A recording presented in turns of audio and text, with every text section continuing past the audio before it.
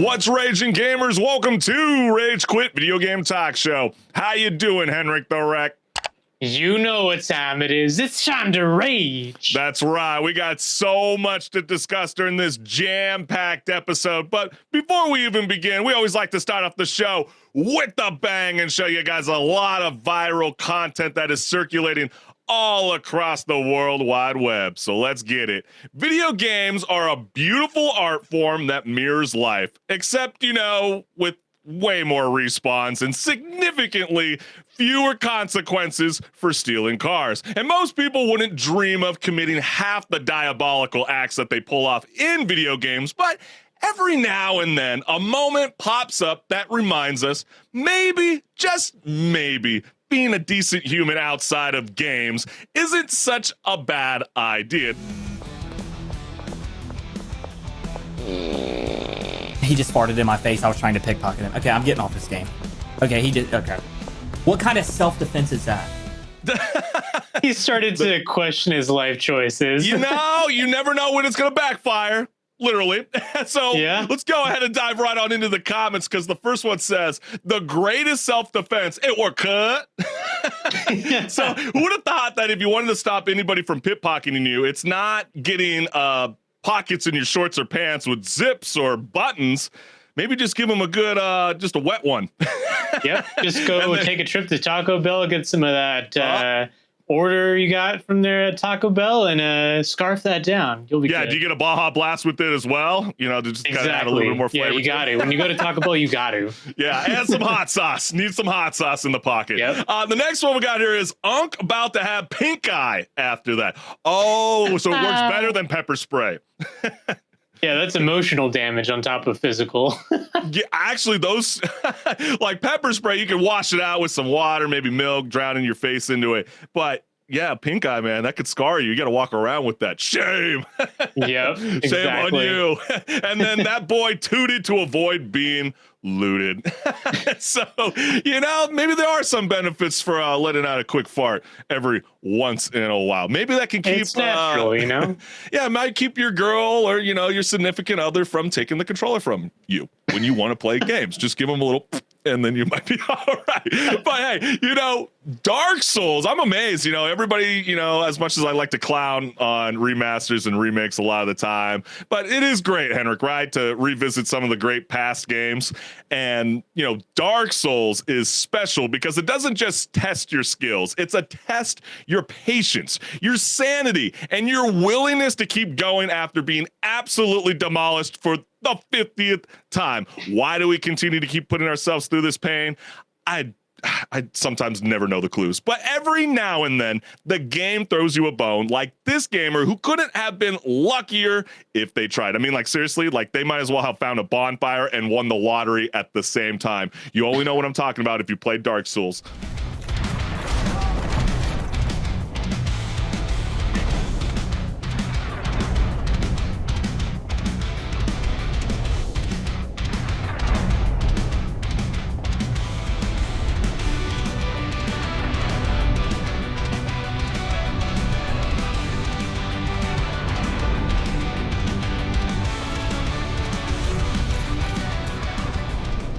Proceeds to die like 10 seconds later, because that's just how that game goes. I know. Did you notice the other guy? He's like, why? How did you do that?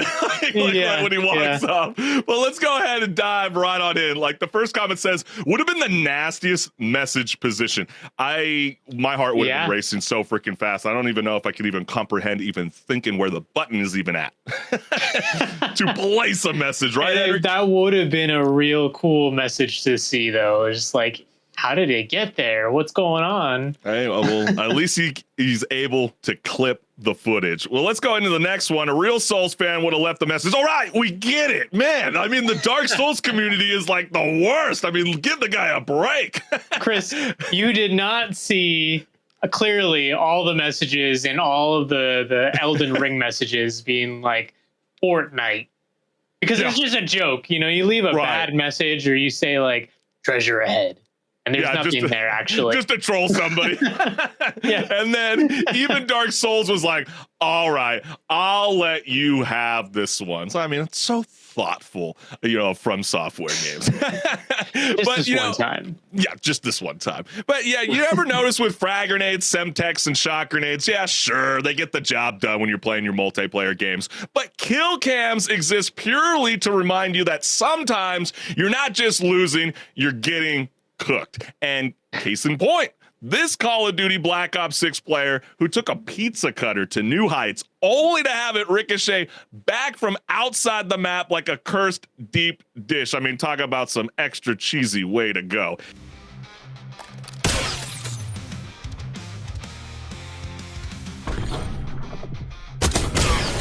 You're going down.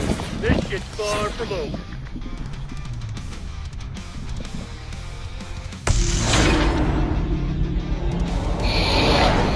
Oh, that was nice. Oh, nice. You better record that, bro. You better you better keep that clip. That was nice. That's exactly like the old school clips of people like throwing a tomahawk or a knife across the map and then killing someone right as they get out of their spawn. Yeah, the 360 scope. I mean, literally leaving the map and then coming back in. I think I would have instantly rage quit and just shut up the game and just jumped into like Lego Fortnite or something. Keep it cool. Keep it casual. I couldn't handle that. Let off the steam, Yeah, exactly. Like I just like those kind of moments just make it so I don't want to return to Call of Duty. But then again, it is super, super popular. But then I mean, Call of Duty has lost its way. But dude, I was playing Modern Warfare 4 on my PS5 over the weekend. Dude, if you think this is bad, go back. I mean, there's some of these dudes that are like vets out there. They've been through the trenches, and I mean, they're just kicking my ass 24/7. I'm like, where are the casual games at, HenricK? And there's supposedly skill-based matchmaking in that game, by the way. Yeah, I know. It's hard to believe. But, well, you know what the problem is? Maybe I was good 10 or 15 years ago. And because, your ranking still stays with you. But when you leave for an extended period of time and then they match you back with those same people, it's like, really? Yeah. You're doing this now? Or you get a really good game and all of a sudden you're put in the unemployment lobby. Oh, okay. You went there, HenricK. And then what the F is this death animation? I'm playing Call of Duty or F in Splatoon. Yeah, it could be like that sometimes. Well, actually, I don't even want to view it that way, HenricK, because then again, I might be the older lad that's getting my butt kicked from a young girl who's kicking my tush in Call of Duty. So let's not view it like Splatoon. Let's view it like adults kicking each other's butts. And last, people are complaining about Call of Duty being dead when it's one of the most popular games alive right now. Ironic. And yeah, I mean, a lot of people are getting very excited, HenricK, that in Warzone, in matter of fact, Verdansk is coming. Are you going to be returning in the first week of April, or are you just kind of like, 3 years? I don't have like a inkling of even a thought to try it out on my initial thoughts, at least. I think maybe then I change. Who knows? No. You're dooming the fact that you got to download like 150 gigabytes. Yeah, just to be able to play one game mode. That's the biggest thing. I feel like part of it. Yeah, Call of Duty's got to figure that out, and I feel like the player base could come back a lot of times now with these memory sizes getting crunched. It's hard to return. But hey, we want to take a moment for all the gamers out there that are tuning in live, the Rage Quit Video Game Talk Show. If you haven't followed us on YouTube, this is my QR code. Like, share, subscribe, hit the notification bell so you never miss a live show. Yeah, and you see that QR code right there. Go ahead and give that one a scan, because that goes to my YouTube channel. That's right. Tons of awesome content across different genres. So it's just waiting for you to be watched, and go leave a comment. I want to read some comments, guys. Yeah, even during today's show, you guys can engage with us wherever you're tuning in, whether it's YouTube, Meta, or Twitch, and you might as well hit that follow button, because, the more you guys follow, the more you're going to be in the know when we are on air. So hold on to your controllers, because, HenricK, is it time to rock and roll? Oh, yeah. It's time to talk about a game. So let's get started with the show by talking about a game in pause or repeat. Hey, let's get it. Hey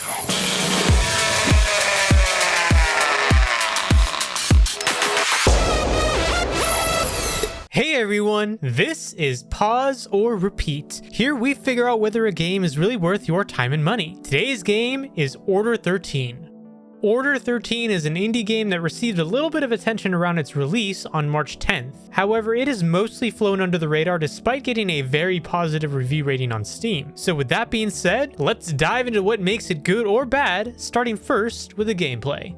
The gameplay of Order 13 has one simple gameplay loop. You start the day in your room, print orders, go out into the warehouse and grab the orders, and then come back to pack and ship the orders, rinse and repeat until quota is hit for the day. You are also accompanied by your cat, who can be customized, and when you're not in your room, the cat's happiness drops. Once your cat's happiness drops to 0, you get a game over. This means you have a limited time outside of the room, and must be efficient in grabbing your orders. There is one obstacle, however, and that is that there is something else roaming the warehouse other than you. If you are seen by the monster, you must run and hide, otherwise you're gonna die. At the start of each day, you are also able to purchase upgrades to your tools, open up new areas to grab packages, or increase your cat's overall happiness meter. But why are you there, and why is there even a monster in the first place? To go over the story, we must first understand that much is left to interpretation. This is because the game doesn't outright give you the answers. But what we do know is that you are employed by the shipping company, the Jolly Box Company, and are living in the warehouse with your cat, and you hate your job. However, there is definitely more at play to the story, especially the question of why there is a monster in the first place. But now the question still stands. Pause or repeat? So we've got so many different simulation games out there nowadays. You know, you got Power Wash Simulator, Trucking Simulator, Farming Simulator, and now we've got Amazon Graveyard Shift Simulation. Isn't that what this is? You know? Yeah, right? I no? mean, no, my bad. No, you're absolutely right. I mean, if you ever dreamed of working in a dark, creepy warehouse for questionable wages while trying to avoid horrifying creatures, well, Order 13 throws you into exactly that experience, except with slightly more job security than certain real-world companies named after a rainforest, like HenricK is suggesting. Yeah. He just likes to call them out by a name. But at first, it's just another day at the office, right, HenricK? You grab your orders, you scan barcodes, and try not to wonder why you're the only person left in the building. But soon, you start to notice things like a shuffle in the distance, like a grotesque figure scuttling across the floor, maybe a deep, miserable banshee sound that reminds you of a death rattle. And before you know it, the creature starts creeping through the aisles, you know what I mean? And then all of a sudden you feel like this job has way more hazards than HR ever mentioned. No, yeah, I mean, it gets really weird because it seems so innocuous at first, like you're saying, and then you're just seeing these like body parts on the floor and you're like, wait a minute, something's up here and I don't really like where this is going. But when it comes to the gameplay, that really is all it is. Unfortunately, it's just you go pick up the packages, you go find your way back to the room, you ship it, and then you do that over and over again until the day is over. And it kind of does get a little stale. The good thing about that, though, is the game is not very long. It's about like 2.5 to 3 hours long. So by the time that the game is ending is about the time that you're like, okay, I'm about done with this gameplay now. But was that how you felt about the gameplay, Chris? Well, I felt for like an indie simulator kind of style game. I thought the gameplay was actually surprisingly engaging for like a warehouse simulator until you realize you don't even have a box cutter for self-defense. I mean, like, seriously? I'm out here dodging monsters with nothing but a scanner and a flashlight. At least let me throw some packing peanuts at them, HenricK. I mean, what are you supposed to do? It's crazy. Well, your only option is to go hide. And, you know, there's only so many spots you can go hide, but I did find that I was like kind of longing for some sort of weapon system, some kind of weapon back, There's definitely a lot of moments in this game. Defenseless. Right. And I mean, even speaking of packing, right? Like the overall theme to this horror game, the packaging mini games they are a fun little addition. Even if I really wish I wasn't forced to use massive boxes for everything. I mean, I'm over here like sending a single USB cable in a crate like it's a national treasure, right, HenricK? And then all of a sudden you're slapping a sticker. Like, I just feel like they had a lot of room to be able to do a lot of creative things. Like maybe they could have let me slap a sticker on a padded envelope and call it a day. Or at least, you know, I think the one benefit to this game, which I thought was really, really cool, is that you get to hop on the office computer to buy some much needed upgrades, like expanding your ticket rack to juggle more orders or picking up backpack to carry on extra items, because nothing says or screams efficiency like quietly hoarding all the office supplies while speedrunning capitalism just to try to meet your daily quota, right, HenricK? Yeah. But then, you know, I think what would have been kind of a cool addition to this, because I thought the ticket rack and the backpack thing was a great idea for this like warehouse simulator, but I was begging for something more. I kept thinking about Fallout, and I felt like this would have been perfect if they utilized the Fallout weight scale system, because then that would have maybe made the horror aspect a little bit more challenging in a sense. Like if you added some strategy to it, like for example, HenricK, like what if you were to wanted to load up lightweight orders to move faster or take fewer bulkier items to maximize my trip, and then while we're at it, you know, you can let me pick how I want to ship it, right? You can get box sizes, you can get padded envelopes, or even those like festive holiday gift bags that look suspiciously like trash bags.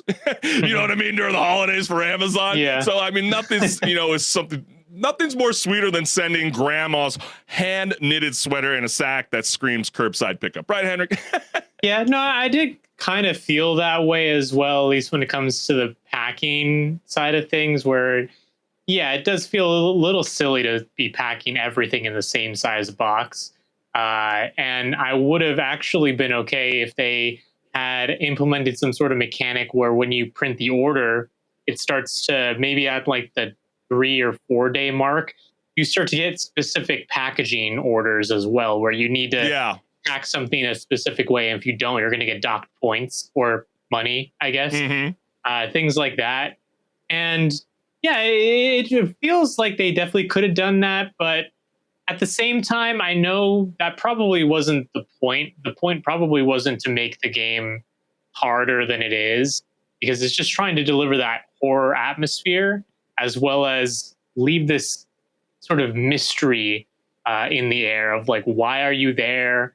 What's going on? Why are there monsters? Yeah. And what does this company actually do? And but why in the last couple of years, why in every horror psychological game you always have a cat as your companion?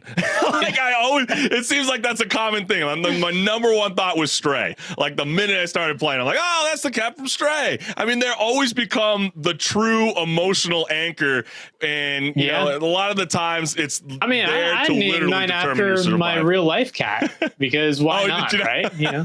Yeah, I mean, it's cool. I mean, you definitely don't want to neglect your furry friend. If they wander out, you know, let's just say it's not a happy ending, and you're definitely going to need to upgrade their space. You need to keep them entertained, and that's probably arguably, I would say, the more stressful part than avoiding the monsters, because there's no way I would be letting that cat meet a terrible fate on my watch, HenricK. No, I would not, and I never did. Yes. So I maybe got a little close sometimes on the timer there, but I was like, I know I can make it back. So we're good. But as creepy as Order 13 is, I gotta say though, HenricK, it could have used some co-op, I thought. I mean, because honestly, if I'm gonna go through a horror warehouse shift, I'd rather drag my friends down with me, and maybe a few extra creature varieties wouldn't have hurt either. I mean, after a while, it's just kind of like, oh, it's you again, you know, and you lose that horror aspect. So does Order 13 deserve a repeat? Not for me, but the atmosphere is on point, but without co-op or more gameplay variety, it's a pause. And sorry, HenricK, excuse me, I gotta go and hug my dog, my real life dog, okay? And just be grateful that I'm not working the late night shift. But what's your verdict, HenricK?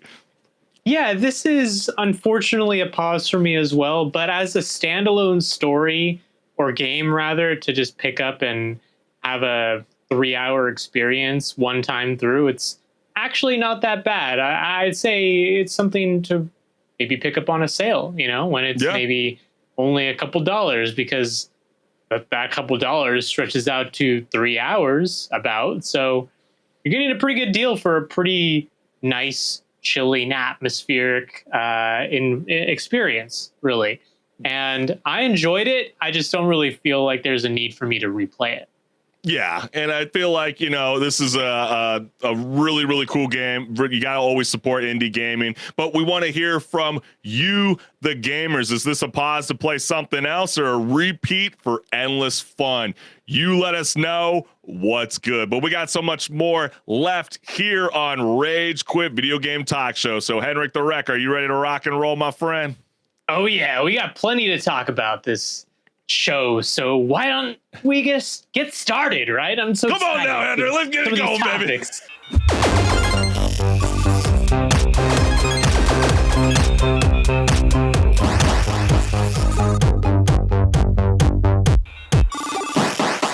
What's good, listeners? Welcome to Patch Notes, where my co-host HenricK the Wreck and I discuss gaming news, industry talk, and so much more. Let's get it. So last week on Rage Quit, we talked about the mysterious tipster who leaked an internal Sony video to The Verge, revealing their attempt to give Aloy an AI-powered personality.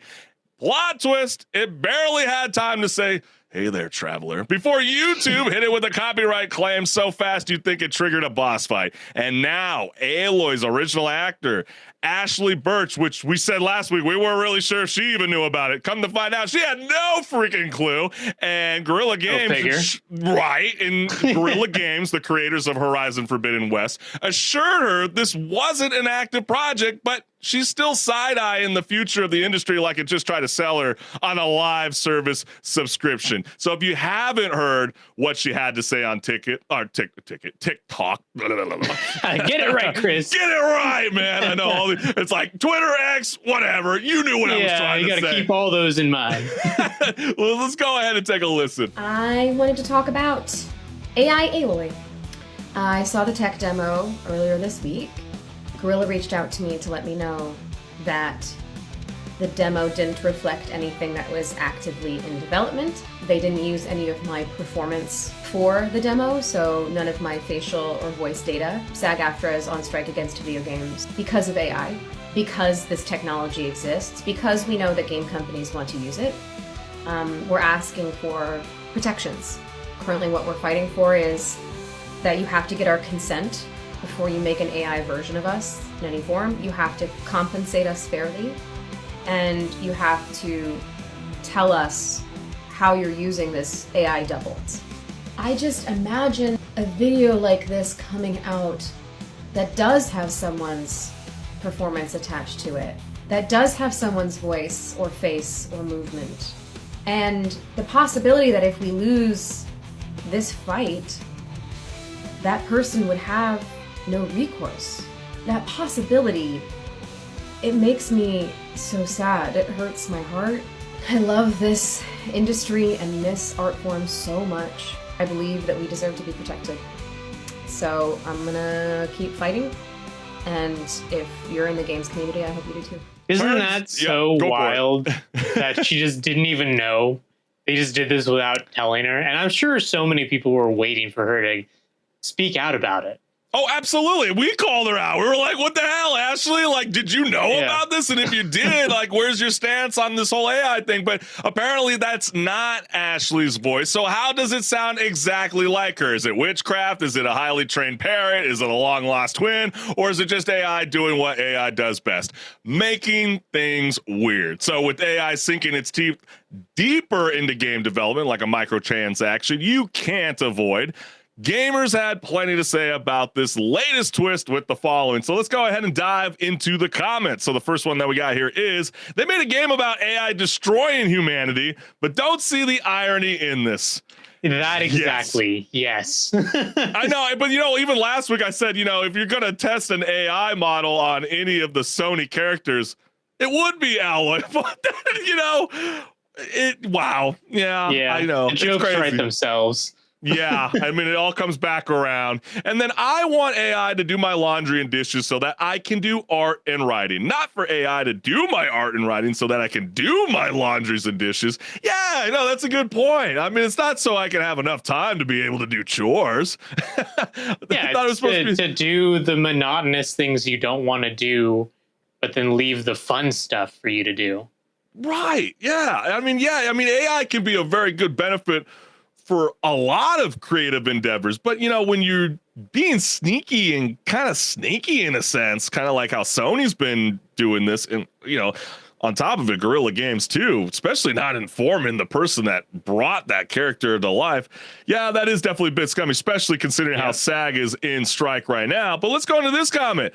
Let's not be cute. They want AI to eliminate actors because it's cheaper. They don't care if it's worse. It's cheap, and that's all that matters. I think that's a very fair statement. I definitely hear from my father, who has said this multiple times to me in the past. When we're just watching TV, whether it's watching the Players Cup over the weekend, and then you see an ad for a children's film, and you're like, why the hell does it gotta have this AAA actor being the voice of a skunk? Why does it have to be, you know what I mean?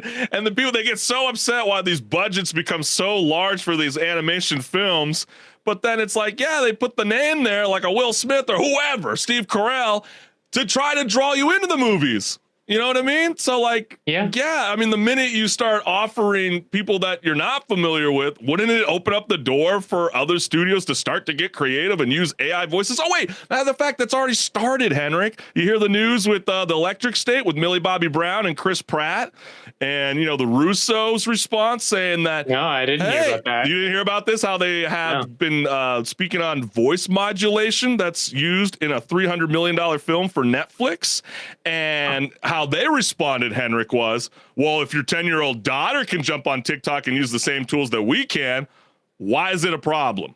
Okay. Yeah. But you have a huge budget. Well, yeah, I mean, he's saying it because it's accessible for everybody. Why is it a problem when I use it? And I think that's kind of, I think there's got to be kind of some transparency. And I understand where Ashley's coming from, where she goes, how do I totally know your words are true? You know what I mean? So, yeah, it's definitely like hair pulling. And then you get comments like this. I was unaware of this strike. I'm glad you're striking, and thank you for sharing this. How can we in the general public support you and other actors striking? And so Ashley, the creator, the motion capture artist, and voiceover performer for this iconic character, responds by saying, please get informed. You can visit Game Performances Matters on TikTok or Insta and spread the word and educate yourself and others. And like HenricK, the more I talk to even some friends, or even when I'm at my side gigs doing work, I'm always so amazed to this day that people still don't know that SAG's on strike. Yeah. Isn't Because that no wild? one's talking about it, or at least the mainstream media is not talking about it, because they've moved on to the next big story, and it's not a big story anymore. So people don't know. Yeah, it's wild. I mean, especially when you think of like games like the Finals, who have utilized AI voices, and it's not going away anytime soon. Also, we get comments like this. Sony are in for a shock if they think we'll buy games with AI voice characters. The people buying their exclusives aren't the same that only buy Call of Duty and 2K every year. See, I don't know if I agree with that comment. I feel like if the game's really, really good, you're going to play it either way. You know what I mean? And I think that's where voiceover artists are kind of freaking out. And that's why you need to be able to protect yourselves, because if the gameplay is good, you're going to play it. So I want to be paid rightfully so, not like what we covered last week, where you get someone that's coming in thinking that they're going to replace the AI placeholders, and then come to find out they go, hey, we wanted to use your voice to develop 4,000 plus lines to create a multitude of characters. And they go, wait, we can make different voices. Why don't you just pay us? That's not what we agreed upon when we first signed. So there's got to be transparency. And yeah, I just don't know whether SAG's going to be the ones to be able to figure it out, because they just seem like they're always shaking hands with every AI tech company before they can even deliver on the promise of protecting their own people in their union. With bad deals and everything. Yeah. Oh, horrible deals, HenricK. And then this last comment says, big names at Nintendo have spoken out against AI. AI already, including Miyamoto. They might be the safest big publisher right now, as far as I'm aware. So yeah, there's a little plus there from Nintendo. But HenricK. So if Ashley had no idea Sony was making her, out as an AI clone of her performance, I mean, what's next? Is AI Nathan Drake selling us on timeshares?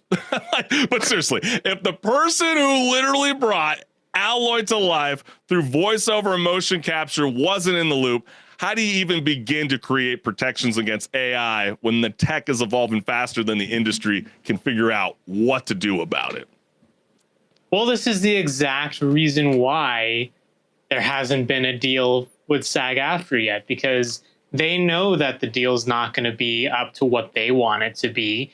And SAG-AFTRA knows that at least they probably know that this is happening behind closed doors, because, once again, this is a leaked thing from Sony. Yeah. It's not an official thing that they've said. They just said that they were working on this in the background. Well, they obviously had to speak on it, right? I mean, like that's pretty like, and that's I'm amazing. Sure there's other companies that are doing this too. It's not just Sony. It's a bunch of other ones that are testing the waters behind closed doors to see what it's like.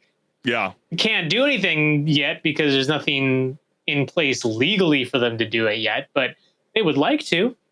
Yeah, and that's I think why the SAG-AFTRA deal is not going to go anywhere until there's an agreement on both sides. Yeah, I think the problem with SAG is right now is that they currently offer interim agreements between actors and the employers, which are vetted by the union, and if approved, allow them to perform the role while the strike is ongoing. So if you want to send a message across, you got to shut the whole freaking thing down. I mean, I don't know if anybody understands that, like, in February, Bungie confirmed that some of the dialogue in its newly released Destiny 2 hearsay content is missing. Heresy, yeah. Heresy, excuse me. Thank you, HenricK. It's missing due to the strike, right? So if they can stop certain dialogue from showing up into video games, maybe you got to put a complete halt on everything. Just shut the whole system down. Like, if you really want to get to the bottom of AI, because I just feel like the problem right now is, HenricK, we're stuck watching AI sprint ahead while the legal system ties its shoelaces. Like, it's and amazing. You got a good point, because, people won't listen and actually know that it's happening until everything stops. Yeah, like video game production. Look at every single other union that in the past year has gone on strike, like the shipping unions. I think it was the longshoremen. Yes. They went on strike, and literally it got turned over in a day, because we really need them, but they weren't doing anything. And that's what really makes a strike effective, is when you're not feeding into it still. So when they're, making deals on the side here and there, it doesn't work out. Because no one's going to know that you're on strike. Yeah, we got to get a clear understanding of, like, okay, if you're going to make these synthesized voices or facial movements, how did you create it? We need to see some kind of blueprint. Like, where did this voice modulation come from? And it's gotta be so perfectly clear and visually on paper, I feel like, to be able to have that kind of comfortability when it comes to the voiceover artist. And, like, again, Guerrilla Games, they demonstrated this technology internally at Sony. And so the technology demos use OpenAI's Whisper for speech to text with both ChatGPT-4 and Llama 3 for conversations and decision making. A lot of this kind of tech is nothing new. I mean, some of the things that I can think about, HenricK, is that Jerry's World, Dallas Cowboy Stadium, they actually have this really creepy screen that you can go up to, and you can speak to Jerry. You can ask him about his life growing up, about his team, about the future. So, like, more and more people want to implement this technology around the world. And so clearly with Jerry Jones' case, he had consent, and they obviously used his voice, but that's why it's a little bit weird in the video game space. The original actor, again, with the voice sounding exactly like her. Yeah, and so there's a lot of questions to be raised, and I don't know, HenricK. Do you have? It doesn't sound like we really have an answer to it, and I feel like that's and we probably won't for quite a while until SAG-AFTRA comes to some agreement on what to do about things like this. But hey, I mean, if any of our viewers have any ideas, feel free to let us know, because we want to hear from you. what you think about the whole thing. And if you have any ideas, maybe you gotta, speak up and maybe you actually will be heard by SAG-AFTRA and they'll come to some agreement on what to do with this. So yeah, I mean, we definitely want to hear from you gamers. Do you just shut it down completely, or you're like, no, keep my games. I want new development. I will play any game with AI. It does not bother me.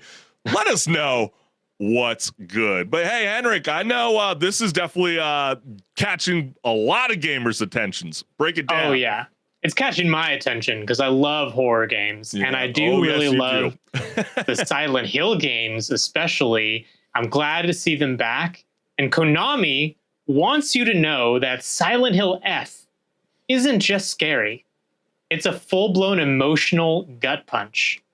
And we got a disclaimer from Konami for the game where it says there's themes like gender discrimination, child abuse, bullying, drug-induced hallucinations, and enough graphic violence to make even longtime horror fans, myself included maybe, flinch. Yeah. That says something. It's officially the first Silent Hill game to earn an 18+ rating in Japan.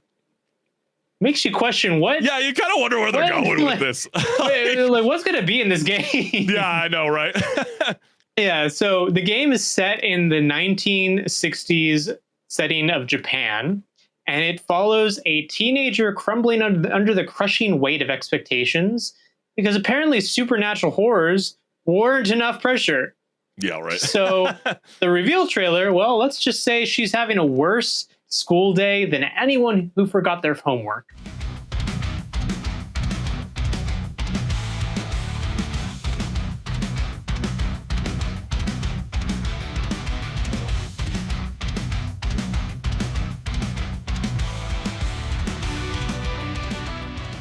This looks really awesome. I'm just going to say, off the first reaction I got from this is it really feels like a Silent Hill game, and like Silent Hill's back. All right. Yeah. I don't really know what's going on, but I'm all in. Right. And you know what? Let's see what the gamers have to say about Silent Hill F, because it's the first one in 13 years, if you don't include the remake. 13 years. So maybe remasters are helping funding to bring back iconic franchises that maybe they wouldn't consider to dabble into again. But let's go ahead and start reading this one. I saw a disclaimer from the game's website that basically said to buckle up because shit is about to get real, not for the faint of heart, basically. And that's what gets people excited. I guess if you place a disclaimer, you're all in. Okay. Yeah. Like I saw a bunch of people talking about this and they were like, don't tempt me with a good time. Yeah, right, exactly. Yeah. I mean, horrible, dude. I mean, you realize there's child violence in it? Jesus. All right. But absolutely love the parallels between the original games being super industrial versus the title being super organic. It's organic. It just, there's one letter, dude. Okay. But the games set in a Western town are slathered in rust, sirens, metal crates, and wire. This game in the East is full of spider lilies, rot, and decay. Yeah, I noticed that different parallel. I wasn't. I know he's saying he thinks it ties in with the original games. I wasn't quite there. I thought that was actually a bit refreshing to see something new. But hey, I mean, if a Silent Hill fan, you're vibing with it, hey, no one's going to take that away from you, my man or girl. Babe, let's go into this next comment. Watching the live stream, I thought it was interesting that they said that they chose to set Silent Hill F in Japan because the series had always had Japanese influence, but that influence had been missing from recent Silent Hill titles. And so they really wanted to bring it back in a big way. Also, the setting is 1960s royal to Japan, so it seems that this place will take place before the events of the first game and Silent Hill 0. And I'm really interested in seeing the other world in this game. The transmission is mostly focused on the fog world, but they did say that the other world in this game will be quote unquote rotting, and we see a short clip of rotting meat in the trailer. Ooh, yeah, that can get kind of spooky right there.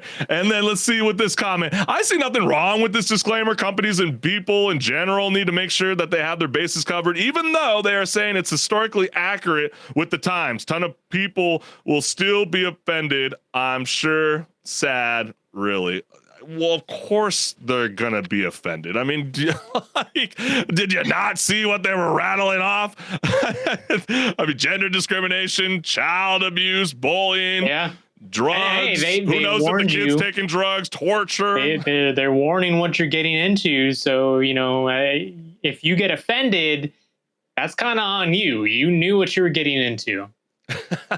I know, but you don't see disclaimers when it becomes, a black samurai kissing a non-binary. Sorry, we won't go there. In 2020s, we need to warn people they may be uncomfortable while playing a horror game. I know, isn't that kind of hilarious?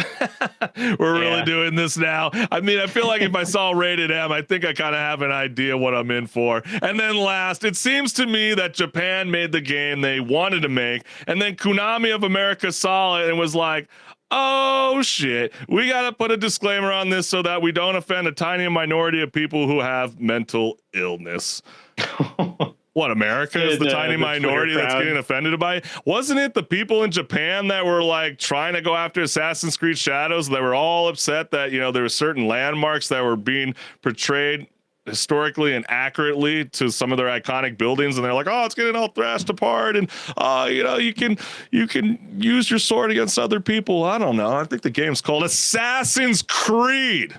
Holy cow. But I mean, HenricK, this stuff is between the disturbing themes and nightmares, fuel visuals. It looks like the real horror isn't just in the game, but in the severe lack of sleep we're all about to experience once again. So are we even sure that the F doesn't stand for just fear-induced insomnia? I mean, it might, we don't know where really the F stands for just yet. And I mean, frankly, I'm intrigued actually to see what it stands for, if they even give us an answer. Well, it seems really interesting, the direction they're going in.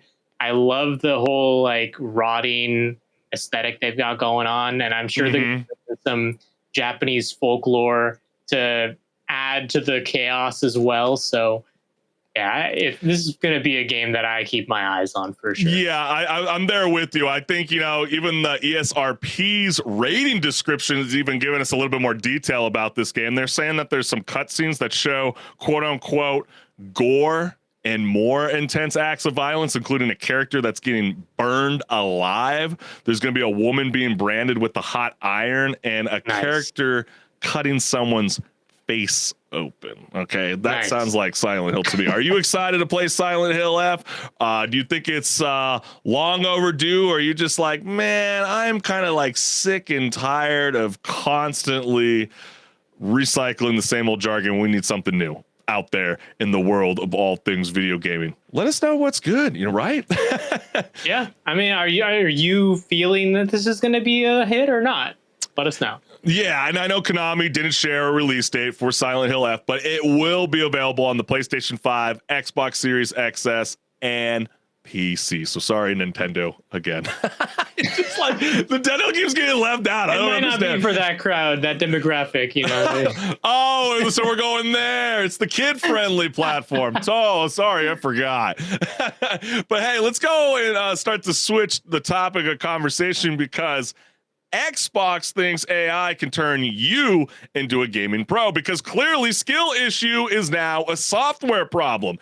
Enter Copilot for gaming, Xbox new AI assistant for console, mobile, and maybe PC if it feels like it. So this digital backseat gamer promises to help with everything from choosing your next game to remembering where you left off in your 300-hour RPG backlog, and even allegedly making you better at skill-based games. And so there's no word out yet on whether it'll teach you to parry properly or just give passive-aggressive advice like, HenricK, you might try to dodge, dude. Quit button mashing, dude. Why won't you dodge? Why won't you dodge, right? And so while Xbox hasn't officially said if PC players will get Copilot, their Play Anywhere push that suggests it's probably on the way. So now let's check out the totally not scripted demo of Xbox put together.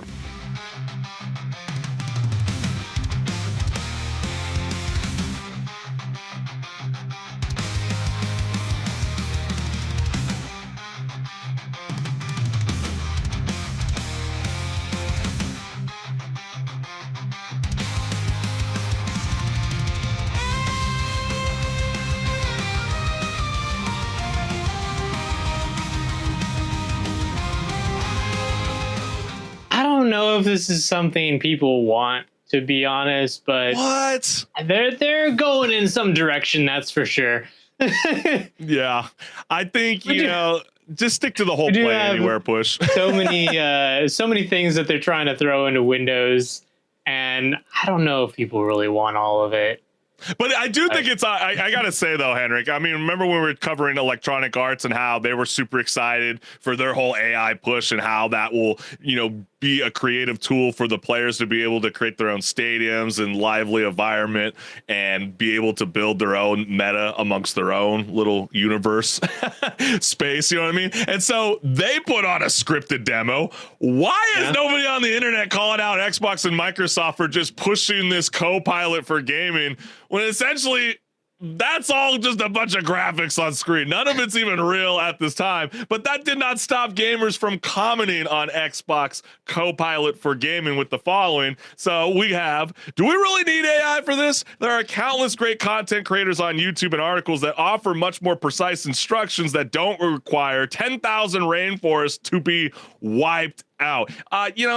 This just reminds me of Sony with the PS5 and how they wanted to combat that, HenricK. They were like, they felt like they understood the gamers by, let's make it a little bit more accessible for people to be able to find the clue within our own device, our own console, instead of having to jump on the internet, go on YouTube, and figure out a walkthrough. Do you think this is a good idea, or? I guess this is a bit of an evolution from the days of looking at the back of your Nintendo cartridge for a Super Nintendo game, and there being a phone line you could call that would give you hints on what to do next. Stop playing. You were never calling the phone line. Who the hell was ever calling the phone line? Yeah, I was about to say, it's not a free service. It's a paid service. You think I could afford that? Yeah, no. As a kid? No, not at all. You got to learn the hard way, all right? And then there seems to be no sign of intelligent life anywhere. Yeah, Buzz Lightyear is spotting all the skill issues amongst gamers. And then you also get play faster. Why would anybody want to save time on something you're supposed to be having fun, enjoying? Yeah, That's a good that point. sounds about right. Yeah, that is a good point. And honestly, if you're not having fun with the game, even if it takes a bit of time, maybe the game's not for you. But I gotta say though, HenricK, because I know I was talking to you behind the scenes, I decided to replay Death Stranding, and I finally beat it because I was so excited that the new second one was coming out. But there was that's one of the weirdest games out there where you feel like you can play it for 3 months and then you get in this funk where you're like, okay, I'm over this, I want to play something new. And then you revisit 3 months later and then you push through. I couldn't stand the UI system in that game. I hate the map. I hate everything about it. The first 3 hours playing Death Stranding sucked badly. I was about to say another naughty word. But once you start to really push in, it's excellent. It's a really fun time. And maybe that Copilot for gaming could have been a very useful tool instead of having to jump on YouTube and then not knowing the right title to type in the search bar from my struggle. Be an emotional support AI and be like, don't worry, you'll get to the good part in about 2 hours. Yeah, maybe you need to start heading east. No, right now. Stop walking left. This feels like a good addition. Let's face it, sometimes games don't tell you how to do something, so it'll be nice just to ask and get the answer. Yeah, I mean, there's always that joke with Skyrim, right? It's like, how many people actually use the cooking feature? Or even in Avowed, people said the same thing. They're like, I never used that feature one time. Yeah, because you don't know how to use it. You're just like, I'd rather get help a different way. Maybe that might be a nice, approach to being able to teach the gamer. I guess that is a good point, but also, I don't know, just like it loses that organic feeling, Yeah. to just get the answers given to you. It's the same thing if you were to go look up a guide on YouTube. It kind of kills the experience in some respect. Hey, fair enough. And then you also get, I think Copilot could be beneficial in terms of accessibility, specifically blind accessibility. Something like a turn-based RPG, Persona 3 Reloaded, for example. Maybe it could read the text, tell you which menu option you have selected, and it seems like it could be capable of giving navigation assistance as well. Yeah, I love it. I think that's really cool. I love the idea of bringing more gamers, especially with people with disability, to enjoy the games that we all love. And why not? That's awesome. That is a really good cool. benefit to this is the accessibility for people. And I know Microsoft and Xbox are definitely thinking about that community, and they're always constantly thriving to better for it. They have that awesome controller that has such Yes. modularity for accessibility of people who have disabilities, and there isn't really a controller that beats that in that respect just yet. Yeah, so true, man. And then you also get Jarvis spawn camp this guy until he rage quits. That would be funny. It's not going to actually play for you, but oh my gosh, we could get there. But, you know, HenricK, you know, as you see, I guess, let me get this straight. Xbox AI assistant is here to help us get better at games, or, you know, it starts to make me think about, oh yeah, that yellow paint debate. Oh, that old debate. Doesn't it feel like that? It's like, you know, where we need to go, like we're all lost tourists in an open world map. At what point does help turn into AI just playing the game for us? And are we looking at a future where your controller is just your fancy prop while Copilot racks up the achievements on your behalf? I mean, isn't that what we were all mad about Elon Musk about a month ago? You know, multiple people playing on the same account. Now you're going to get multiple AI models helping your multiplayer status. Maybe it's not just for single player game. It could help you achieve in that, you know, in that space. Yeah, I mean, I don't know. I feel like it kind of defeats the purpose of the game in a way, because it's like I was saying, it's the same concept as going and looking up a guide. Yeah, you know, I think we're all pretty guilty of at one point or another looking up a guide on how to do something. I mean, yeah, but like, okay, when's the last time you've guide? actually picked up a manual book or an actual, you know, like, I hate to even say that too, but even like a book. I mean, all of the time we're like, Siri, hey, could you tell me, you know, how? But I mean, like, my point is, you know, isn't the fun of the game figuring it out yourself? Yeah, I agree. If you're sitting at a puzzle in a Legend of Zelda game and you don't really know what to do, but you sit there and you try and figure it out, and you might get frustrated, but then when you figure it out, it's like, oh, I get it now. And that whole experience of seeing the puzzle to solving it, that's the gameplay. That's the fun part. And I if guess you just get given the answer, you kind of miss out on that, you know? And I guess if you're really, really struggling, just become a Twitch streamer and just have your chat tell you how to play the game. There's the human experience. What do I do that we here? all wanted. Yeah, right.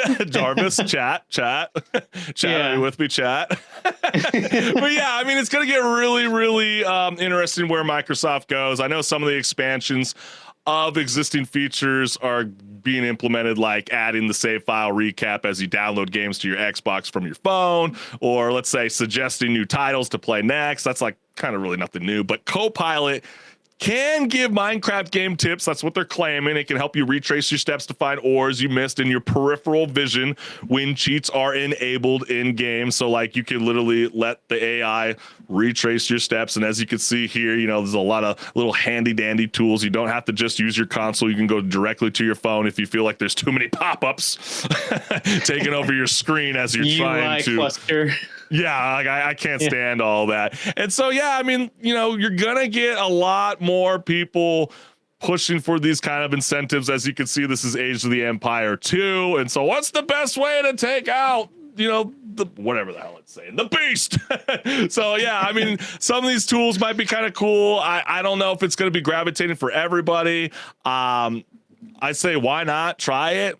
You know, it doesn't hurt. But then again, some people would like to see Microsoft focus on other things like delivering some of their, you know, like I've been hearing from the Xbox community for quite a while now. You know, they're getting excited that there's certain Xbox 360 games that might be coming back to some of the newer consoles. And so they're like, wait, if, you know, the Steam OS is starting to work out how to get, you know, involved on more platforms, and Xbox is trying to do that same practice as well, like Valve's trying to do, can I bring back some of those old games to be able to play on newer consoles or play on the go on a TV device? Who knows? You know what I mean? So, I mean, there's a lot of possibilities. And yeah, I mean, I think the future is very, very exciting over there with Microsoft. But again, are you vibing with Copilot for gaming? You feel like it's something that's much needed in the gaming world? And funny enough, not needed.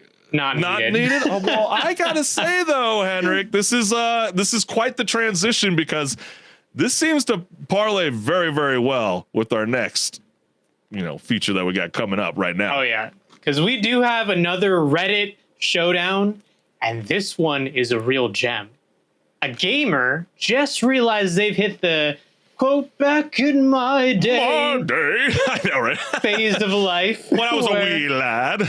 Yeah, reminiscing of the good old days. Oh, but they have the question, since when do video games have a give up button?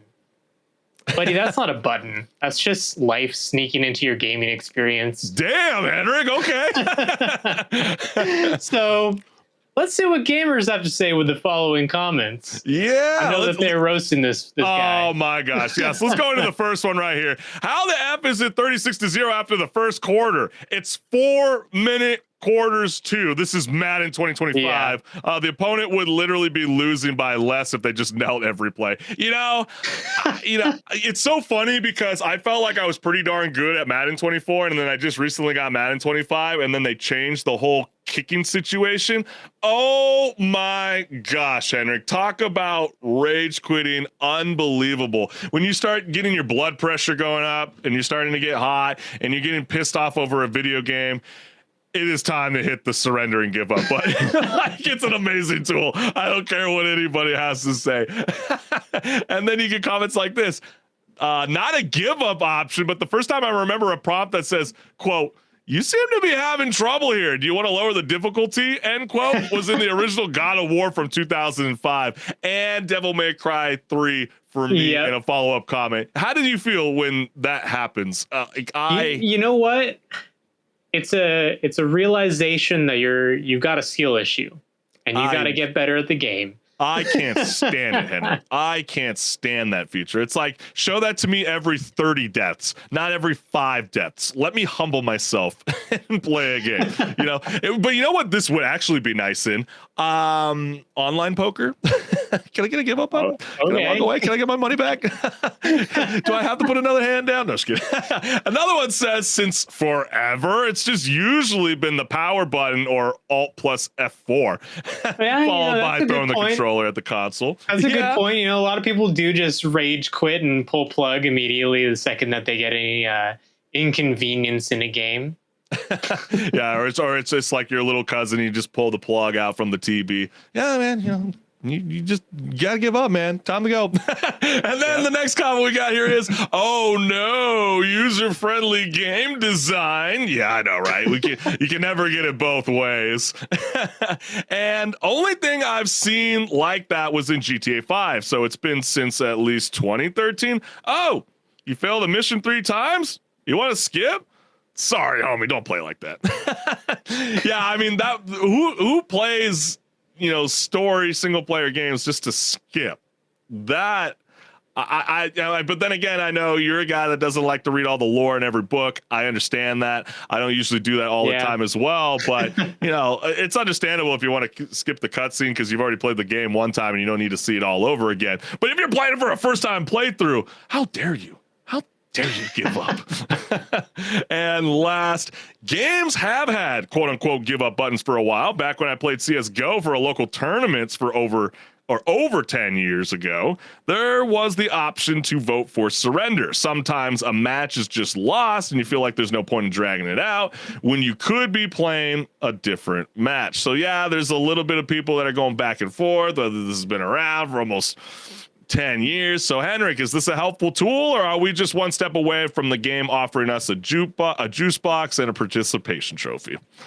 Maybe you can call me a little old-fashioned about my you're old-fashioned on this. No, just kidding. Go on. All right.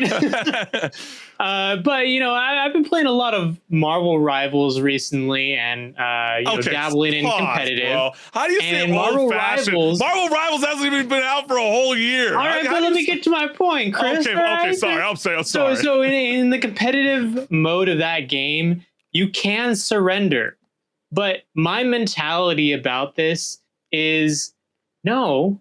Let's not just give up, because anything could happen. You might just get cracked out of your mind all of a sudden and, go on an ace or something. Or better yet, you just take that as an opportunity to learn from people who are better at the game than you. But you don't really get that opportunity all the time. So that's the perfect opportunity right there when you're getting your ass handed to you. And we do see a lot of viral clips online revolving around Marvel Rivals when it comes to pep talk. And what does that sound like from HenricK the Wreck? A pep talk, all right? You got to get in the game and man up. Go out there. We're going to go to the point right now, okay? We're going to win. Go to the point. I don't care what you say. Don't hold back. We're not surrendering. Unless you're the Punisher. But yeah, you know, I'm kind of there with you in a little bit of a sense. I know like the give up button in video games comes with its fair shares of perks and pitfalls. On the bright side, it saves time by letting you skip the agony of getting repeatedly stomped out by an overpowered gamer while you're also sparing your controller from that inevitable rage squeeze. I don't know if anybody noticed. I'm like always squeezing my controller when I'm like getting really ticked off in a multiplayer game. Plus, if you just want to enjoy the story without the hassle, it's basically like an instant VIP pass to the next cutscene. Whether you want to do that or not, I highly don't advise that. But let's be real, HenricK. The downsides are brutal. Your gamer pride, gone. Your friends, they're going to be roasting you in the group chat for eternity, especially if you're going to surrender out. And what about that epic comeback moment? You'll never know, because if you tap out before the greatness can happen, at this point, you might as well hop on Twitch and let someone else do the heavy lifting. I mean, why? Why would you even do that? And if the developers get too comfortable with the feature, what's next? I mean, maybe try something else. Maybe take a nap, champ. Notification. If that's where we're headed, maybe it's time to tough it out and hit the retry button.